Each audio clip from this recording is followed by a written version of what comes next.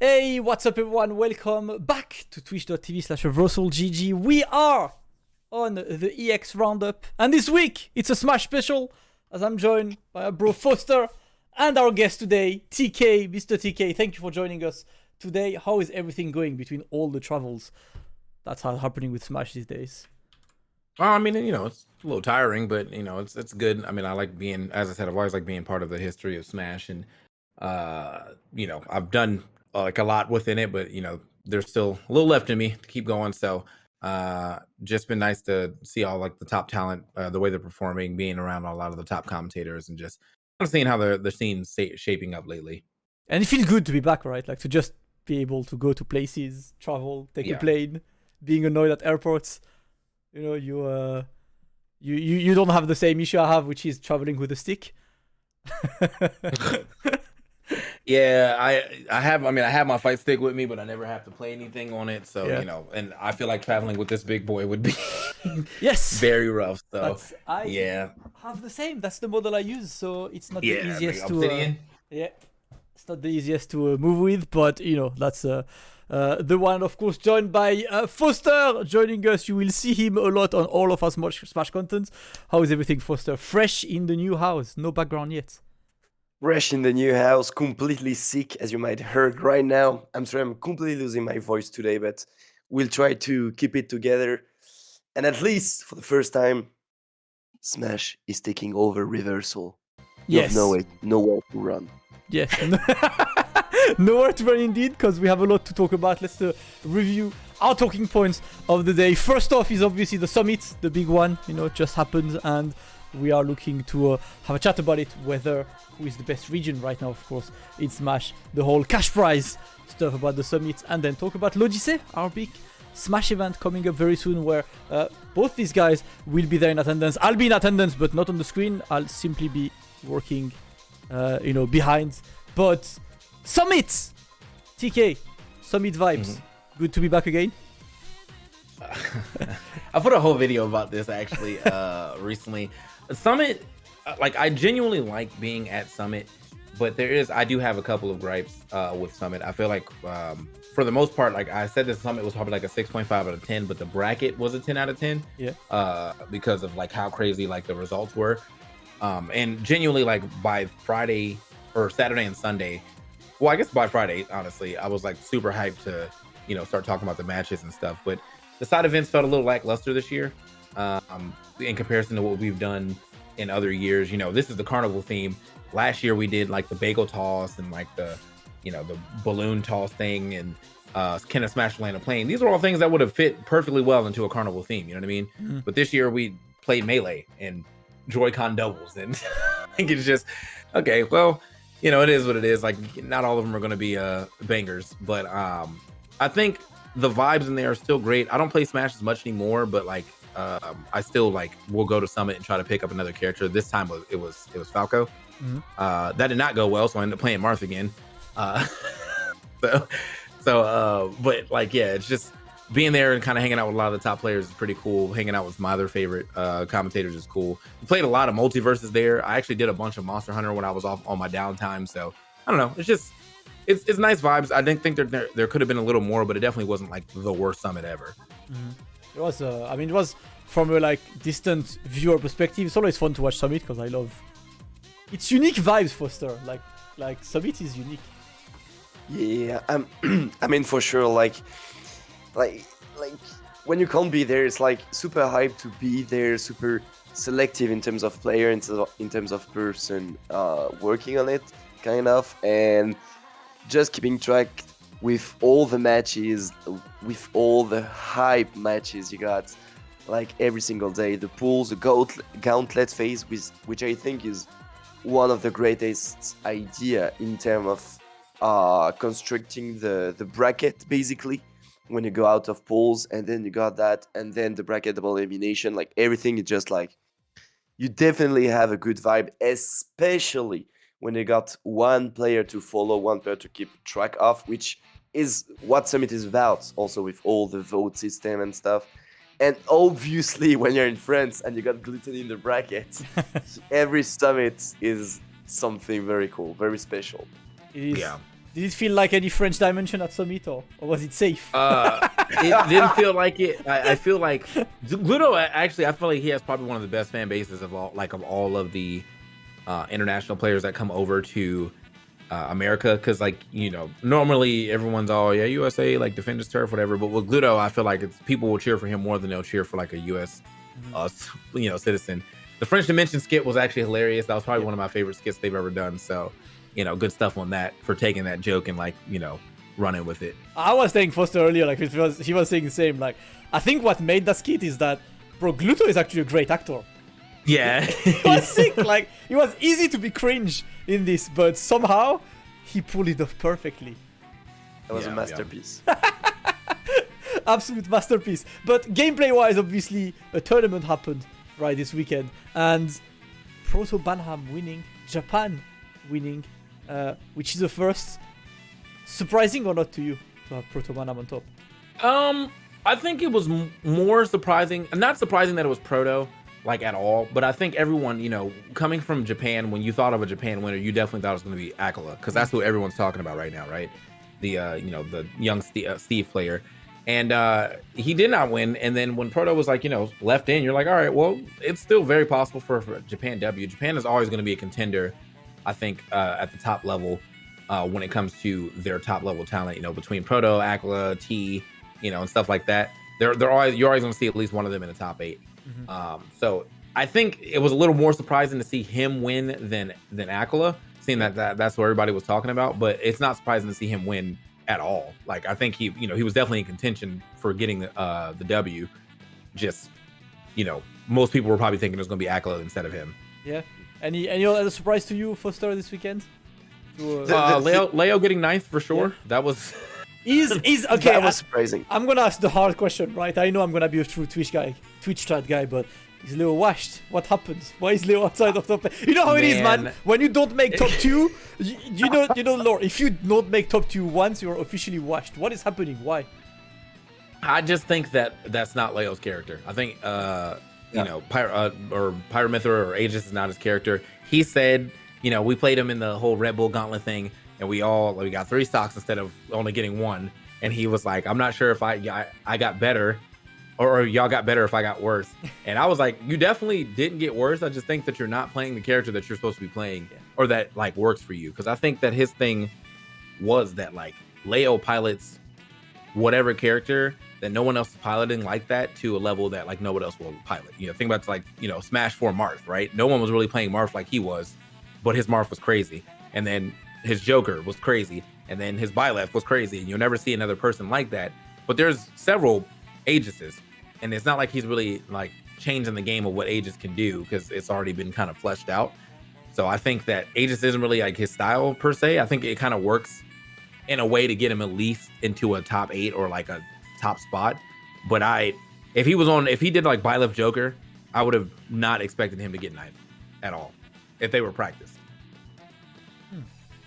Yeah, I mean, makes sense. Afterward, the thing, it's also he had some tough matches and tough loss also. Obviously losing to Riddles. I mean, when you lose to Kazuya, it's Kazuya, you never know exactly what's gonna happen, unfortunately. Right. So he lost that happened. But I think like the Gauntlet phase against Gluttony, the River 3-0, on a crazy with punish, if I might say so. I feel like might have hurt him. I don't remember if I think bracket started after Gauntlet phase, the day after. Am I correct? Right. Or right. Yeah. Okay. So he still had that day to maybe refresh his mind. Afterwards, unfortunately, even though he beats out Myran 3-0, if I'm not mistaken, afterwards, like the set against Tweak could have been like in both hands. It definitely lost on the few last interaction, and just like Tweak nailed it, he clutched it, but that could have been MK Leo's win for sure. Yeah, and I think actually after, pretty sure Tweak, or someone told me that he told Tweak he probably should have just went by left from the beginning of the set, which was like, yeah, I mean, you went down to 0-2 and then you brought it all the way back to game 5, last stock, last hit with just Byleth. So yeah, I mean, and we talked to him at the beginning of the event, and he was like, yeah, I've put the Byleth away. It's a Joker, or it's a Pirate or Aegis Joker angle. And he was like, so I asked him later on, I was like, well, when will you use Joker? And he was like, if I had to play against Min, but he never actually got to play Proto. So he never got to play against the Min. And I don't think he had to play the Buzz either. So therefore, like the 2 people that would have played Min against him, he didn't have to do it. It's quite interesting to see. I think it's the problem in any game. If you have too many characters, you always have this problem, which is who do I pick first? And then you lose, and you're like, I should have picked the other one. It's the curse, of playing multiple characters on this. That's pretty much what MKLeo is going through. But then on the side, there was Acola, right? Not winning. And I mean, I've been, like Fauster knows me. I like trouble, right? I like the people who talk shit. I like when drama happens for characters. And I've been feeding off the Steve, narrative. And now I see Steve not winning. Is Steve solved? I'm thinking people are starting to figure it out. I don't think ever Steve was really like. And I think he just has really weird tools in comparison to the rest of Smash, right? So when you're trying to play standard Smash, you're going to get destroyed by Steve. But one of the things that Light said that he was telling everybody was, if you can avoid Anvil and Cart, which are like normally get thrown out in the same situations, then like you pretty much have done like 90% of the matchup. And now it's just, not getting caught up by a stray hit and getting comboed to Oblivion at the beginning. So I do think that like, people are figuring out. I think he is still kind of a character that, well, I don't even say he makes the meta boring because I genuinely like watching Steve, but I understand how other people wouldn't like watching Steve. I like watching people dismantle Steve's gameplay, but I think as a spectator, some people would not like that. Yeah. So, yeah, he's a little polarizing, but he's definitely not ban worthy, and I think that like this should have shown it. Or the best Steve in the world, basically not even getting in top 3. So. Do you think he's still stupid good, the character itself, or are people? Yeah, I think Steve's pretty good. Yeah, I think Steve's pretty good. I don't know about like top 1, but I could definitely see Steve being in the top 10, pretty easily. There was like, there's a couple people like when this character first came out and they were putting out videos like, oh, Steve's not that good because like they didn't figure out the true BS, and then like once you start learning the true BS, you're like, all right, this character is actually kind of insane. Like your tools are, you have. Really good tools. You have long combos, you have good kill power, and then you have sometimes uninteractable moves. So yeah, I mean, I couldn't see how that character could be any worse than like like top 20 at worst. Yeah, I mean, for sure that character is super good, and also that character reward a lot the creativity of the players because you got like so many tools, like weird sometimes very good, sometimes maybe not so good. But the fact that it is such a creative character definitely also puts him in a very good spot in the tier list. Because like Smash is Smash Bros, right? It's like a platform fighter where so many things happen. The situations are never the same. There's always like a tiny detail that is off compared to the another situation that looks a lot alike. So it's like he got the tools to maneuver around those weirdness, if that makes sense. He can even create those weirdness, which is why that character is so disturbing maybe to fight for a tons of player. But the thing is like now there's so many good Steve that you have to work on it. You have to work on it, and you can tell like players are starting to get better and better and better against them for sure. Oh, for sure. Yeah. No, I mean, we had quite a bit of Steves over here already kind of wreaking havoc, but then Acola came through with a different style. Because I think a lot of the American Steves do favor mining before anything. And when we were watching Acola, he was scrapping. Like he was legitimately in there, even with like bad tools. Like he was fighting people with wood and like stone and stuff instead of like going for immediate gold or diamond. And I mean, it was working out for him. I do think that, he probably could have mined a little more. And I think near the end of his time in the tournament, he did start to mine a little more. But it is cool to see a different style of Steve than what we normally see from the American Steves. What would you change about Steve, TK? What would I change? What would you change if you patch Steve for people to stop complaining about him? I think Minecart needs some type of change. I'm not sure exactly what, but like when you think about it, there's already another like minecart-esque move in the game, which is Bowser Jr. side B, and it would never get that level of utility that Steve's has. So I don't know what change you would do with it. Maybe if there was like there was a certain amount of time before you can jump out the minecart, will probably make it a little easier. Other than that, I can't really think of anything that wouldn't just straight gut the character. So that's like the one thing that I can think of without making it so I'm like over nerfing him. What do you think, Fauster? I definitely join TK on the fact that minecart might be the issue.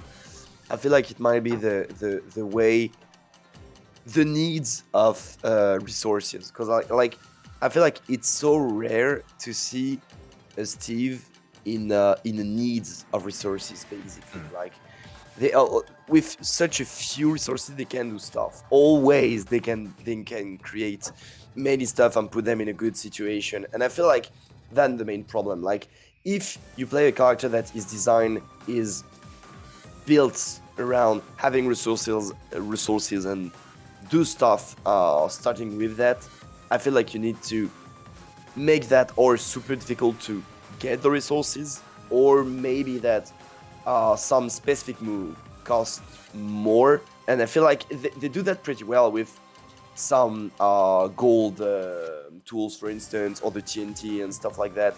But for the minecart, it's like he can send him like nearly every time. So that might be the issue, I feel. Yeah. And I mean, you know, both of his big tools are on the iron, so he does the mine for him. But I mean, within this game, like keeping your iron up is not that hard. You know, you always mine when you knock someone away. So it's that'd probably be about it. Maybe a little more knockback on one of his moves so that his combos don't last as long as from 0. But other than that, I'm looking mostly at minecart, I guess. Yeah. But I feel also, on the other hand, I feel like if you nerf too much the minecart, you just destroy Steve. Because like, I mean, you ultimated a game where you need to use a lot of your good tools, and you're gonna use them again and again and again and again. And if suddenly Steve, his good tool, that is his minecart, cannot be usable again, or as much as he can today, I feel like you just destroy Steve in the ultimate. Yeah, I can see that. Yeah, that's an interesting topic, Steve. But obviously, Equal are representing Japan. We also have Proto Banam, who won, representing Japan. Do you think there's a contention on Japan being the best region overall, or do we still award this? I remember Fauster did this at Smash Con, right? Asked a lot of people who they believe the best region in the world was.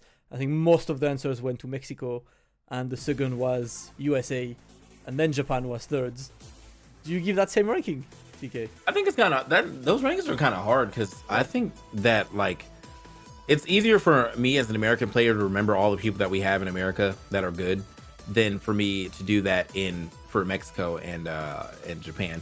I think it's a very big like swing, and I think at different points of times different regions are the best. But I think America usually is the best less often than I guess Mexico and Japan. Because but then again, you have to think about the fact, like, was Mexico just being carried by Leo the whole time? But then, you know, you have Spargo's now doing well. Meister's been doing well for quite some time. He just only was really losing to Leo for the longest. So yeah, I mean, like, it's easy to say that maybe Japan's still under Mexico, but I think depending on, like, you know, it kind of changes based off like the last few tournaments. And so I think Japan right now is, if you said they were number one, I wouldn't be like, wow, that's crazy, because obviously they did pretty well here. But I would like to see, I guess we would need more time for people from other regions to go over to Japan, because I think Leo went over there to Japan and didn't do that well. And so people were like, well, see, you know, he doesn't do that well in Japan because Japan's better, whatever. It's been jet lag, could have been whatever, but the Japan players have to deal with the same stuff when they come over here too, you know? So yeah.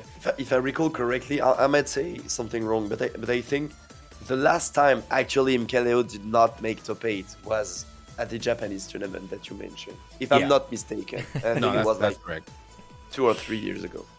Yeah, because outside of that, it was pretty much the way that it went was that Leo never placed outside of top 2, really, and then it was top 4, and now it's just all the way out of top 8. So rare footage. Well, you know that we like to see that regions. We're starting to see more Japanese traveling as well, so hopefully a bit more. But obviously, in relation to Proto Banam, Summit raised another question, right? This weekend, and it was the cash prize.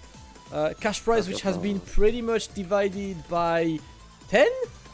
Yeah, cash prize was shit. So like just times, yeah. And Light was the first to complain, you know, thinking we need the old voting system back. What happened with the cash prize, TK? Like, what's well, okay, so Summit decided they wanted to try it, and I think this was like anti-whale approach, which like, okay, right, that's sure, you know, maybe whales are becoming an issue, but like at the same time, I'm thinking of the other side of thing where it's like that's still good money that even if if like a whale like whaled for, I don't know, let's say Jazzo, right? And they put in like 50K and they got Jazzo to Summit, and Jazzo got last. Jazzo's still going to get more than what he would have got now for placing like third if he you know, if he had placed third at this current Summit instead of like placing last at the last Summit. So I get the point of like not wanting it to be just all about the money in the whales or whatever. But yeah, someone decided to try a different, you know, voting thing where it's like everyone was limited to $5 per vote. So because of that, I don't know, maybe they thought the community was going to be much bigger, or people were going to be more encouraged to throw that $5 for their favorite player. But we know Smash broke as shit, and a lot of the times people don't want to even give that 5 away. Like like think about all the streamers that we have, man. People were like, I'll do my little sub spiel, and I'm like, oh yeah, man, you know, primes or 5s, and yeah, man, I really would sub, but like I don't have it. And I'm just thinking, like, bro, it's $5, man. Like that's like one not trip to Taco Bell. And I get it if you don't have it. Like I just don't need to know. But like that number of interactions has let me know that people are like very fickle over like whatever money they have. Totally understandable, totally fair.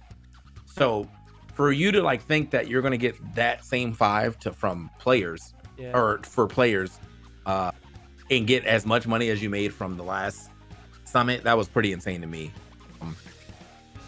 I think that Light definitely, I mean, there's probably some middle ground in there where I think they can increase the amount of money that one person can give to like 100 or something. But $5 was definitely just not going to get, that wasn't going to work.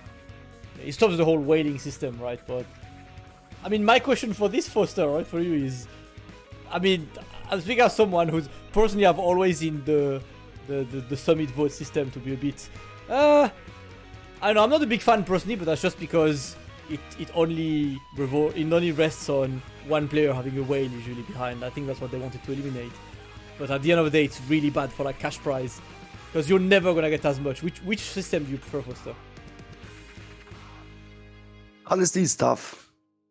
It's super tough because like I like the fact that the players can get rewarded more basically from what they do, because like Summit is not only a competition, also it's a competition that surf on the player that are here basically. Like if MKLeo is here, it's better for Summit. Like the 16 player you select have to be like among the best and among the more known players, because like this is what that invitational is about. Not only the best players, but also the hypest one, and the one that people want to know, the champ, the people champ, literally.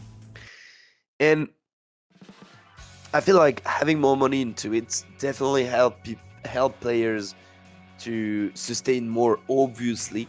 Help those people champ to actually maybe start a career, or I don't know, because like they could save a lot of money even if they end up finishing last, as TK said. But the thing is with the old vote systems, I know like many players could not come, because like I feel like that new systems allows way more the people champ from different country, like European players or even Japanese player actually, or maybe Australian, or I don't know, because like often it's the case, it's like some people champ some from a small region got the player into the voting systems because like they got tons of like basically, because like the first step is just like liking the profile and as soon as the profile has enough like quote unquote, he got into the voting systems where you need to spend money to get those votes and then vote for the player. And I feel like every single time you put anyone against one American player, they instantly lose. They can't win that war because like there's way more player, way more people, way more money in the global scheme of thing.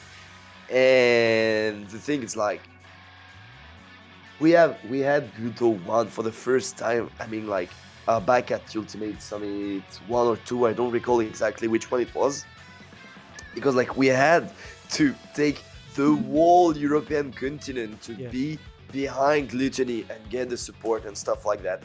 Like a continent, like so many different countries to support one player. And I feel like with that new vote system, you give more chance to some foreign and hidden champ around different countries to have a chance to enter the tournament.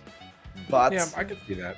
Way less money that support less people. So that's why I like Isam's argument there, right, on Twitter. Like Isam says that, I mean, if you would get, I kind of agree. I'm inclined to agree with this. He says that if you get a whale to give a ton of money for you to go to summits, you could get that whale to give a ton of money on your stream as well. Yeah, that's fair. Yeah, I mean, I think that's one of the biggest things too for like players, that like some players just don't want to be personalities. They just want to be players, and like it's kind of hard to survive off that. I think I'm glad to see more people like picking up the stream, you know, to like at least put more of their personality out there, but just keep themselves in front of the spotlight. But yeah, for some players, they just want to play, and I think that's the issue, is that's where like Light's one of those people. I don't think he actually streams that much, so of course like his thing would be to perform well in tournament and get the money from it.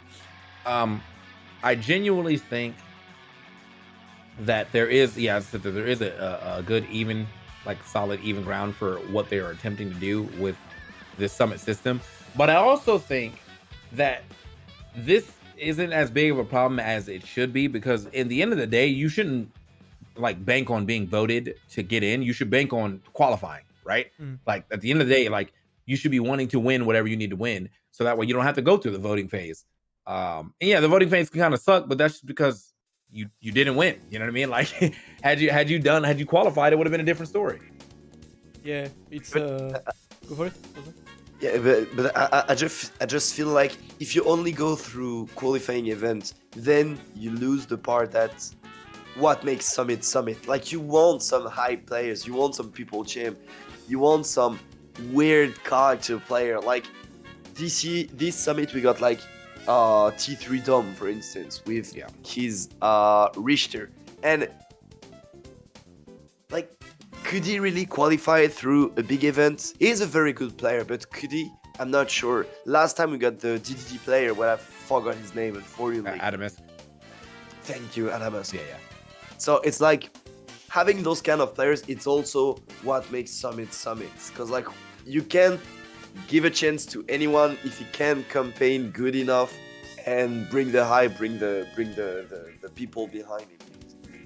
Yeah, I mean, I don't want to like make it seem like I don't think that voting phase should happen at all. I just think that like as a player, to me, if I was a player, I would be more concerned with qualifying first, and then if I didn't qualify, that's when I'm like, all right, it's time to get these votes up. But before then, like I'm spending all my time trying to qualify. Makes sense. I agree. Yeah, makes a lot of sense. But it's always like a lot of debates. I think I'm all for more money to the players, but it's hard to find a common. I'm curious to see what Summit will come back with for the next one. But Summit was cool. It's time to talk about the other invitational coming soon. And of course, you guys have probably seen it throughout the week. I know the two of you guys will be in attendance. Us at Reversal announced this little tournament called l'Odyssée. Now, what is l'Odyssée? We named it in French because, you know, French Dimension and all of that stuff. But yes, October 15, 16, we're going to have 2 days of show. And it's all in a venue that I'm very excited about, Cirque d'Hiver, which is a very historical venue in Paris. It's usually used for, circus or classical music and stuff. And it's the first time they ever do esports. So it's actually quite fun to talk to them. Because, like when you do an event in a place that doesn't do esport, they're kind of like, people come to watch video games? Yes, they do. And of course, both French and English crew will be there. TK will be part of the commentary crew. These arts are banging, by the way. That is, god damn. Yeah, that was cool ass art. Yeah, and I can tell these will be there in person, right? Like little spoiler about the venue, but we'll have large flags with player. Let's go. Right. Part of we're currently on all of the planning stuff, but for those of you who don't know the venue, I just wanted to show you like some quick pictures what the venue looks like. This is what the venue looks like inside, right? So it's going to be a pretty fun one to see. Like it's usually used for like dance and circus and all that stuff, but we invading it with Smash, and 3 players announced for now. We got Fatality, we got T, and of course Gluttony, the People's Champ. Had to be there. Good picks for you, TK. Starting 3. Oh, for sure. Yeah, and I mean, these are all good players, explosive players people like to watch. I mean, T, it's Pac-Man, and I think Pac-Man can play a little slow, but I think just because of like his creativity behind Pac-Man, it's pretty cool. Everyone loves Ludo. Everyone loves Fatality. So yeah, good start. Good starting first 3 picks, or at least the first 3 reveals. Yeah. And obviously next reveal, will I believe come out tomorrow for the next few. Some players from plenty of different countries are in the list, from the US, UK, Mexico. You talk about them, like you'll have plenty. What are the names you want to see, TK? TK doesn't know the list, right? I'm the only one who knows the list here. I want to know who you want to see joining this, from an obvious pick to obviously someone who's lesser known. And to be honest, I want to see Mr. R, bro. Like I miss that guy. Let's go. Like, yeah, he just he used to be in America all the time, and then I don't know, like it was like visa things messing up, or like whatever, like stopped him from coming over so much. But yeah, man, like he was one of my favorite players to watch in his time. So it'd be nice to see him around. If we were going to bring anybody from America, it'd be nice to bring Light, because he's currently considered the best American player. MKLeo is cool. And yeah, that'll probably be my next 3 if I had to pick like 3 more people to be unveiled. If you had to pick someone lesser known that you want to see shine once, like the little dark horse pick, who would you pick for, sir? Someone who's not really, obviously not a MKLeo, not a Fatality, not a guy who's well known. Someone you think would make waves while also being cool to watch. So, probably Ferb. Ferps, he's I think he's a Kazuya from like the DR Dominican. He's definitely like a Hispanic Kazuya. I just don't know which like region he's from, but he doesn't get as much shine. He came to the Invitational, and I think he did pretty cool. They keep calling something that they do the Ferps tech Brazilian. Okay, so he's a Brazilian Kazuya, and then Sky J too. Like someone said Sky J, I would definitely like to see an Incineroar there as well. Yeah, I was about to say like KJ 100%. It's one of the players I want to watch play the most. Second pick will be Quick, the Samus player from Germany, because I mean, I love his Samus. Like I just love it so much. Since the guy has played on Melee, Brawl, Smash 4, now Ultimate. He's super smart. I really love that Samus, so it's definitely the pick I want to see in l'Odyssey. But if I have to pick like one last, and I forgot his name unfortunately, but the Yoshi player from Japan. Oh, I don't remember his name either. Like there's the Yoshi player in Japan basically that came up super high ranked in the Orion ranked or PG stats. I don't remember which rank it was. And everyone was talking about the guy like, yeah, but why is it so high? And then you look at his wins, and this guy just takes so much big wins. And maybe it is Yoshidora I see in the chat. I'm not sure about his name. I'm so bad at keeping name in mind, unfortunately. But it might be him. I'm not sure. But the only thing I know is like that Yoshi players in Japan. I want to see that guy. I really want to see that guy once at an invitational. It would be cool because we don't get a lot of Yoshi representation, so I think that would be pretty neat. That character is like, I feel like we know that he's at least decent, but just don't have a lot of Yoshi rep around here. So yeah, exactly. Like nobody plays Yoshi. I don't know why. Right. Yeah, I don't know either. He seems to be a pretty solid character. I mean, I like his floatiness is not really for me as far as like a play style, but like I can definitely see where he's good, and I've played decent to good Yoshis too, and I'm like, yeah, this character has some sauce. Yeah. I love seeing. And you, Damascus? Yeah. Which For player me, do you I- want to see at l'Odyssée? A Steve player. Break the pocket, bro.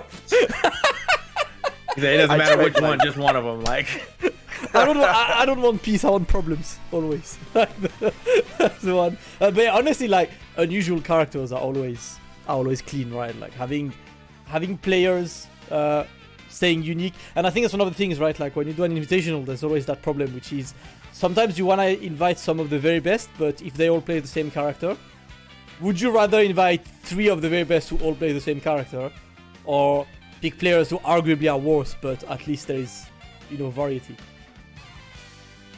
yeah, I think I would want the variety for sure. So Yeah. which is like, I think that's a good thing that like, so we didn't get that over centralized meta like the way it was with Smash 4, where at the end of it was like a lot of Bayonettas and Clouds.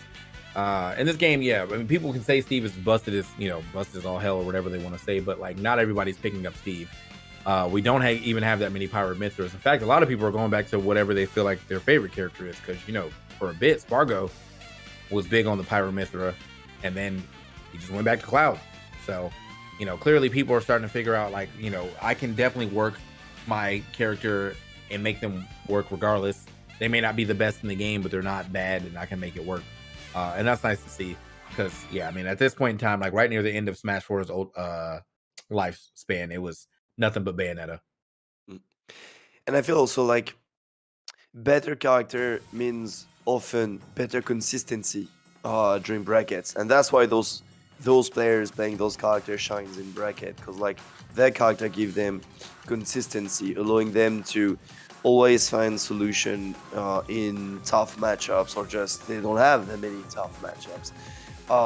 Aside of that, when you see Fatality with Captain Falcon, you know for a fact that his character is not consistent at all, and sometimes he will face some terrible matchup basically, and he needs to survive through all of those, sometimes hundreds, sometimes thousands of players to just like get through the bracket. And I feel like this kind of player has still is still a very high level competitor basically. So in an environment of invitational, I feel like those kind of players will shine more and will have more chance to make more tense matches and potentially take the W in the end. So we have variety. Yeah. Okay, sort of good to see. Plus, like, part of our invitational is also to showcase a bit of everyone, from people you are used to see to people you see a bit less. Obviously, we started with some of the guys that are, well known and everything. But the question I always have for invitationals, right? Because obviously, like both formats, open brackets and invitational. What's your view on the Smash area right now, TK? Like, do Smash need more invitationals or more open brackets to you, or like is it a good balance so far? I think it's a good balance, but I do think that Summit could probably be once a year. I think that's like, I don't think there's any issue with 2 right now, because I think they're pretty far apart. But I could, if it went back to once a year, I wouldn't be like, oh man, this sucks, like we missed our second Summit. I think if they took all the resources that they put into 2 and then put them into 1, we'd have even more amazing summits. And then on top of that, I think that leaves area open for other people to run invitationals, because yeah, I mean, like currently I just did an invitational. Yeah. I'm going to a tournament this weekend for Brawlhalla for this weekend, and then I'm doing 2 more invitationals right after. So like, it's like there's definitely space and time for it. I think it's a really good spectator experience to watch all of your favorite top players, duke it out without having to do the open bracket thing. But I think that you need the open brackets to even find your favorite top players, right? Like you need to see that guy enough to be like, I really like watching this guy, and then, or this guy or this girl, or this person, and then just after that, you see him at a invitational, and you're like, I hope this person does well. So I think we have a good balance right now. We could have slightly less invitationals, and I wouldn't see it being an issue. But I like the balance of like having open tournaments to discover people, and then having invitationals to see how well they'll do against the top with no other filler. Yeah, it's always cool to have. You know what? You talked about the perfect thing, the spectator experience, because that's what I want to talk about. We joke a lot about the French dimension lately. You know you're about to enter not the French dimension, but the French world right now, TK. Like, are you ready for gluttony entering that stage? is the invitational, or is there going to be spectators? Because that's what I'm interested in. This is okay. Yeah, no, I'm interested in that. The ticket sale will open, I believe, Monday next week. Oh man! And I expect it to see sold out pretty quickly because not only does France has a massive community, people from Europe who want to come, but I think the main thing I'm expecting is, Gluttony sponsor Solari. They actually have a team of supporters, right? For other esports, what they do is like they send the Solari supporters to, like, they just rent a bus and send all the guys to like the LAN for like Counter-Strike or whatever. And these guys are mad. And because this is in Paris, you can expect to see the full Solari crew there to make some noise. And this venue, I've been in this venue before, but for like not esports, right? Because it's not an esports venue initially. Yeah. It's a very, like, you see the roof is not that high, so it really feels like boiling with atmosphere inside. I feel like it's gonna be like a once in a lifetime experience for first, because if I compare it to, I think we have Red Bull Comité in Paris as well. I don't know if you've watched the ones that are in Paris, but Red Bull Comité in terms of crowd is insane. Like, the people come in and you just live that entire like weekend on a high where everyone is just constantly in it. Can we expect the same Fauster on Smash? Because that's the first time we do that on Smash in France. Yes, we're gonna have the same. I mean, TK, you were at Genesis. You know how loud they can be. That was like, what, 10 French? And they were in the front, I mean, just beating like 50, 60 people at once by themselves. It's like, all right, that was that. So that's why I'm like so hyped, because it's like now I get to actually just see how it is, all together. Because I think genuinely, like, especially with SoCal, I don't know what it is about California in general, but I feel like they're too chill, and like they think it's like too cool to be hype, I guess, in the crowd. Yeah. But the French do not care, and I like that a lot, because I like that energy. It feels good to like have that energy around you while you're also commentating. So for sure. I feel like we're gonna feel all of that energy from all the people. That's gonna be really insane. I don't know if there is gonna be a mic crowd or something that we might hear them through the stream. Also, I hope there's gonna be something happening, so anyone at home will feel basically what's happening inside the venue. But yeah, that's gonna be so sick. It's gonna be a fun one. Have you ever been to a tournament in like France or Europe overall, TK? Not for Smash. I've I did one like kind of weird exhibition in Portugal a little while back between MKLeo and Gluto, and then I've been to Sweden and Amsterdam for Brawlhalla, but I've never been to any of the tournaments for Smash. Alright, so that's the first. What are you looking for the most then for a first French Smash experience? I mean, definitely the scene. I mean, like, it's really cool to meet the scene, because like obviously these are people I might not ever get a chance to meet again. So like that's it's nice to like have whatever small conversation we can have about whatever, and then just kind of exploring the land for the little time I have. We're just kind of seeing how life is over there in comparison to how life is over here, I guess. Yeah, it's a good one. I believe E and Vicky, I don't know if E and Vicky has ever been to French tournaments either. I don't think they were at the last UFA. I think he should, but I think he couldn't in the end, but I'm not sure. I think EE might have been over to one event over there. I don't remember which one. Like, I'd have been for Smash 4. But yeah, I don't think Vicky's ever been over to any Smash events in Europe. So pretty much it should be a first for all of us. That should be good, man. We're looking forward to invite you, to welcome you rather in there. For the asking, of course, it is October 15 and 16. So the way it's gonna work is 15 as the qualifiers, which are not with the crowd yet. 16 is the main day with the crowd, right? So for the players, if you want to be there and have the crowd make some noise with you, you're gonna have to go through day 1 to be able to reach the main day. That is the day with the crowd. It should be a ton of fun. The next players are scheduled to be unveiled tomorrow. We should have. Let's go. Yes. All right. We should have a bit, and the goal is to pretty much unveil 3 per week until the event, because it's in like 2.5 weeks. And Yeah. I'm personally looking forward to like meet all of you guys, because obviously, I don't think we've met in person, TK. Have we? I don't think so. I wouldn't. I mean, if you're maybe if you came to a couple Evos, but if not, Yeah, I went to Evo, but like, you know, Evo is so big. I don't even see Yeah. my friends at Evo. yeah, It's too big to see everyone, but definitely looking forward to this. But yeah, that should be it for today's EX Roundup. I did talk about a bit of the hype coming up with l'Odyssey, which is definitely there on the chat as well. Like, some people looking forward to l'Odyssey and to a bit more, so stay tuned on Twitter, our Reversal GG. TK, of course, big thanks for joining us today. What's your next tournament? Where are you traveling next and before Paris? I'm just going to Atlanta for this Brawlhalla event. It's I think it's their open season. But yeah, I just it's that, and then yeah, it's your thing, and then I'm going to Lubbock's thing after, and I think. Oh wait, no, actually that's not true. Hold on, it's 2 weeks before this, so it's Brawlhalla, and then Lost Tech City is what I'm going to. That's. So yeah, there's a tournament here in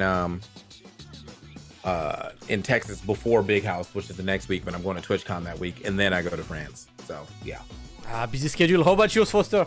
Are we traveling, or are we waiting for Smash to come home? No, I think I'm just waiting for Odyssey. As for now, if I'm not mistaken, I think I'm basically waiting for Odyssey as much as I can. Yeah, that's gonna be Odyssey. That's gonna be a ton of Which is fun. cool. Yes, it's gonna be a ton of fun. Maybe I to rest. cannot wait. Make sure your voice works, because you know this guy. Like, you're gonna have the easy job, TK, right? You're on the English booth. Like, you're there. This guy is gonna be with the French crowd, trying to get them to scream and stuff, right? Because he's taking care of the French side. Our job gonna be to calm them down, actually, not make them yell. Oh, we're dead. That's not gonna work. So, yeah. I am looking forward to see how the crowd ends up. But of course, thank you everyone for joining. If you guys have not seen on YouTube, our latest video is a massive documentary we filmed on Latif for Guilty Gear Strive at Evo. We had a cameraman following Latif all weekend, and we are pretty much showing you Evo in the eyes of one of the favorites. You guys probably already know what happened at Evo, but how about knowing what happened behind the scenes? Because it's episode 1. It was released today.